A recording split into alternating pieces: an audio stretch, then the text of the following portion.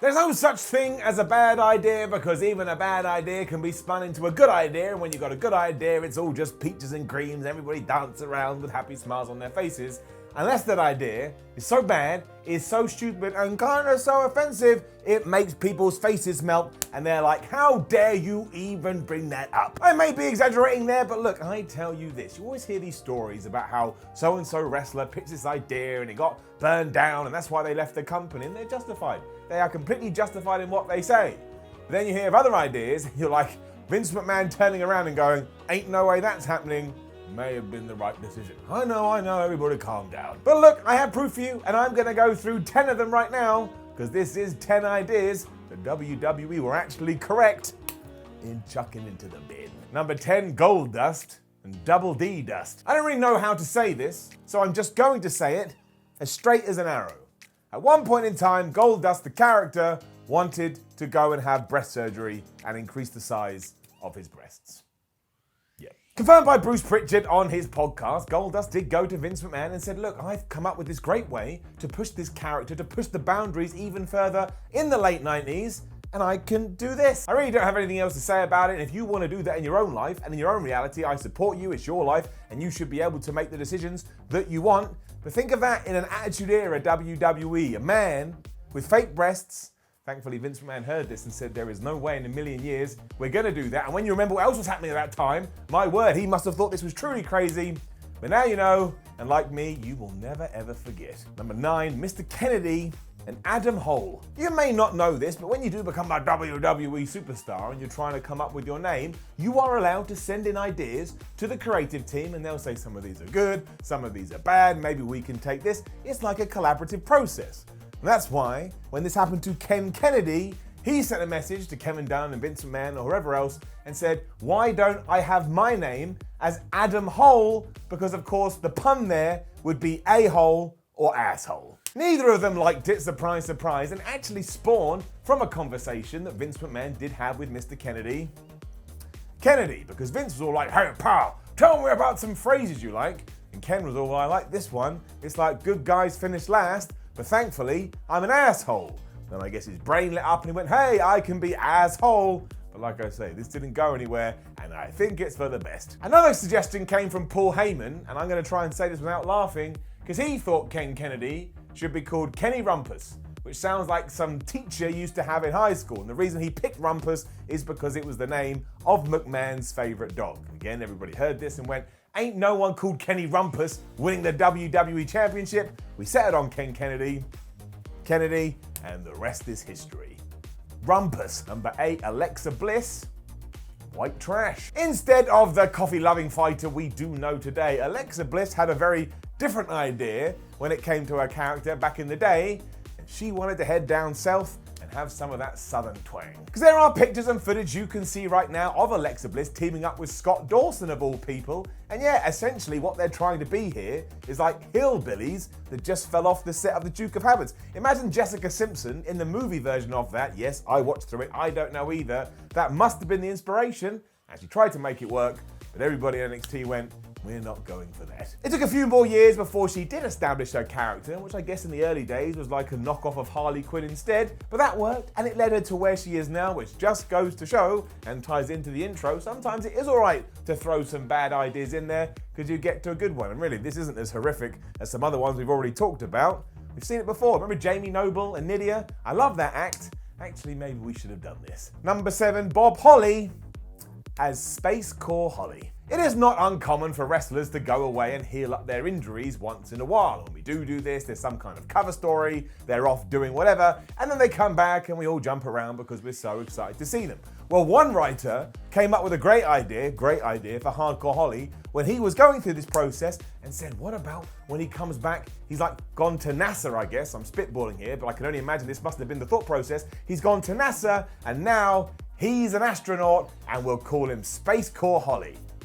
Based on the fact that ECW was now on the Sci-Fi Channel, the guy in question must have thought, well, look, if you're into science fiction, you're into space, so why don't we just tie all our characters into space? That's like saying, I like food, so here's a Brussels sprout. Not everybody likes the same things. He would have worn a big white suit and a helmet, I presume, and there was even a line on the piece of paper that said he would have a sidekick that's a monkey.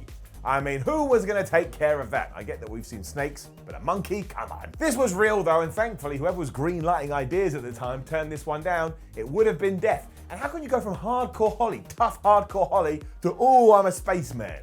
Justify that. Number 6, Batista as the illegitimate son. Right, sit down and prepare yourselves, because this is about to get very dark, and remember, I am just the messenger. Too dark. Told by Big Dave himself when he guested on the Talkers Jericho podcast in 2014, when he was brought up to the main roster, the story behind this was that he was going to be a child born out of rape. I swear that sometimes people absolutely forget what pro wrestling is meant to be. How that's family friendly, I will never know, but it would have tied into the fact that Batista was quiet and quite show on promos because he was still struggling with everything that was going on in his past. The words used by the now actor when he was being described this were simply rape child, and that just blows my brain in about 72,000 ways. And don't forget, this was 2002. I don't think WWE or many wrestling companies would handle this well in 2020, so 18 years ago, it probably would have been one of the worst things and one of the most offensive things we have ever seen. It didn't happen, thank goodness, move on. Number 5, Christian as The Lock. Have you ever wondered why in 2003 Christian all of a sudden transformed himself? You know, he cut his hair, he started wearing sunglasses, kind of started to look a little bit like Val Kilmer. Well, it's because one writer had the idea, we don't have The Rock anymore, so why don't we take Captain Charisma and turn him into The Lock. Talking on the ENC podcast, which of course he hosted, Christian let us know that not only was he 100% against this and thought it was the dumbest idea ever, so did Vince McMahon. When this turned up in front of him, even Vincent Kennedy went, "Are you kidding me? Why have you brought this nonsense in front of my face? I am insulted," and then probably went, "You're fired." That always happens. And this was all born from the fact that during one backstage promo, The Rock joked that his favorite wrestler was Christian. That's all it took. So I suppose he was going to become a mega fanboy and pretend he was the people's champion. Thankfully, again, everybody saw sense here. Christian instead teamed with Chris Jericho. Then he turned on Chris Jericho. Don't know who Trish Jericho is. Turned on Chris Jericho. And they had a pretty good feud. Thank goodness. Number 4, Kalisto. Why do I have to do this? As a gay hairdresser. As we talked about when we mentioned Batista, WWE does have a track record of taking sensitive issues and abusing them with a sledgehammer, and that is absolutely what would have happened if they had turned Kalisto into an effeminate hairdresser, which as always was a plan at one time. Because what was going to happen is that Kalisto was going to say goodbye to partner Sin Cara, he was going to take off his mask, he was going to un-luchador, and then he would have become the stylist of The Miz, but he would have been just like Rico. Do you remember Rico with Billy and Chuck? I mean, that's almost unwatchable now, but somebody thought, hey, why don't we bring it back in the modern day? So they would have turned him into a stereotype, and that would have been the issue. Don't get me wrong, I am all for variety and diversity on wrestling television and all television. In fact, we need more, and there should be more homosexual characters, but they should just be badass wrestlers that also so happen to be gay. You don't make that the spotlight, you don't make it the focus, and you certainly don't do things like this. Number 3, Paige, Summer Rae, and Anya as the female Shield. When I say the female Shield, I absolutely mean it. If you use your detective powers right now, you can find some early NXT footage of these 3 women where they cut a promo on the Shield as the Shield music plays in the background saying, "You guys are a bunch of nothing, we're gonna come and kick your ass." Well, no, their point was that their job was only half done, and the other half, the more important half, is somebody coming in to clear out and sort out the women's division, and that's what this trio was all ready to do. And look, as hard as everybody tried here, it just didn't really come off in the way that WWE were hoping, and if they had pulled the trigger on this, the worst part would have been you would have just got fans going, wait a minute, why are they, imitating the Shield, and it would have fallen down. You can't do that. You need to be original, you need to be fresh, so I respect the effort, but I actually think going in a different direction with all of these women was the right thing to do. Number 2, Big E as the Mailman. This was Big E's own idea that he did admit on the FCW documentary that you can watch on the network right now. But he went to creative and said, look, here's what I want to be. I want to be Mailman, so 2 different words as if he was a wrestler in 1994, and I want to come out and I want to deliver post and I want to make people sign for packages. Look, Big E is so funny and entertaining, I actually think he could have pulled it off. Now, I have no idea what he was thinking, because surely he knew that would just pigeonhole him in a certain position, and surprise, surprise, nobody else was going for it. And again, if you do go on the internet and you search for this, you will see some hilarious photoshops as Big E, as just the biggest stacked postal guy you've ever seen in your darn life. However, there would be some good ideas here. He could have sent letters or messages or something to the people that he was going to challenge. So they'd be backstage, like I am now, and somebody would come up and they'd go, mail for you, and you'd read it, and it would go like, I don't know, Dear Dean Ambrose, Mailman is about to kick your ass, and then there would be Big E, not Big E, it would be Mailman, and he'd kick his ass. I actually think we should revisit this. Only a few people could do it, and this guy is one of them. Also give him the world title. Thanks. Number 1, John Heidenreich as Baron von Bava. I can't believe this one. I genuinely can't believe this one, and as a Jewish man, it offends me to my core.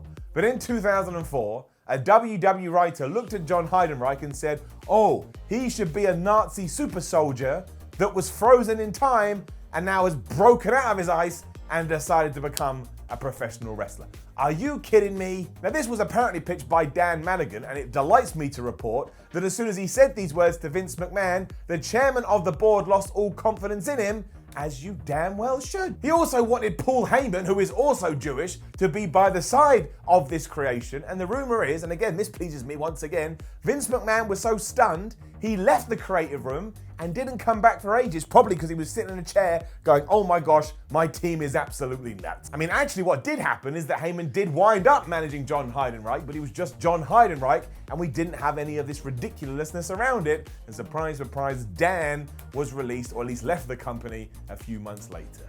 I can't even believe it. Who would even dare say those words? It's just professional wrestling. Think about the bigger picture. My goodness. And there you go. There's a bunch of ideas that were turned down by management, and thankfully number 1 was, because I think I would have given up on wrestling entirely, and then you wouldn't have my bald asshole head talking to you. Like the video, share the video, subscribe to What Culture Wrestling, then head over to whatculture.com, read yourself some articles like this one, follow What Culture on Twitter at where, What Culture WWE, if you said something you're weird, and watch more videos here on What Culture Wrestling. My name is Simon from What Culture. Thank you for tuning in as always. I appreciate it. I love you.